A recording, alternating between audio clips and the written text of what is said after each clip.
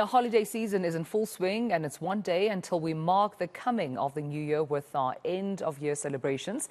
This is equally a stressful time for pets, though. Some end up fleeing their homes in terror at the sound of firecrackers, and others are abandoned over the festive season. For some advice on how to handle your pets in this difficult time, we're now joined by Keshvi Nair from the National Council of the SPCA. Keshvi, thank you so much for your time, and good morning to you. Quite an important conversation to have. I think oftentimes when we think about festive season safety, we think only of human beings, but pets are equally under distress during this time of the year, and it's important to be mindful, right?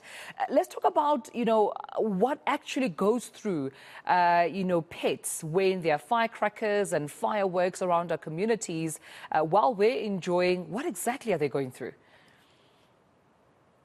Good morning, Tamelo. Yes, thank you very much for having us. This is a very important conversation to have. I think one of the things that we need to take into consideration when it comes to firecrackers is that animals hear things on a much higher level than we do. They are much more sensitive to sound than we are. So what may sound like a simple balloon popping to us may sound like a gun or an explosion to an animal. And that obviously will activate or trigger their fight or flight mode. And often, especially with our domestic animals, it's flight mode. And that's where we see animals wanting to escape, to run away, to try and get as far away as possible from these loud bangs and explosions in order to protect themselves, because they are so afraid of what they're hearing. I mean, they can't really understand what is going on and why it's so loud and what it is. So I think those are the contributing factors as to what happens with animals when they hear fireworks or loud noises or explosions.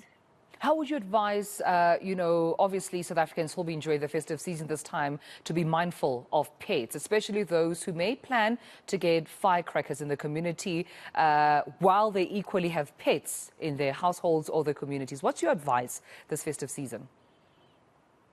Well, I think everyone needs to be a hero during this time. Everyone needs to open their hearts and be a little bit more compassionate to animals and to people.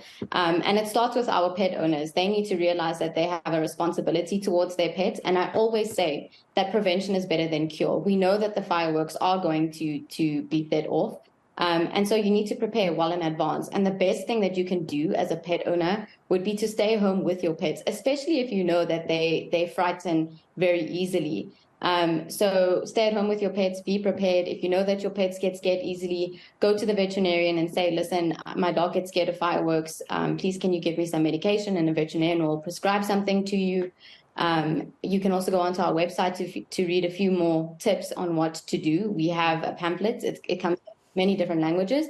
So you can go onto our website at www.nspca.co.za under our resources section. And I think another very important thing, especially for pet owners, would be to ensure that their pets are microchipped.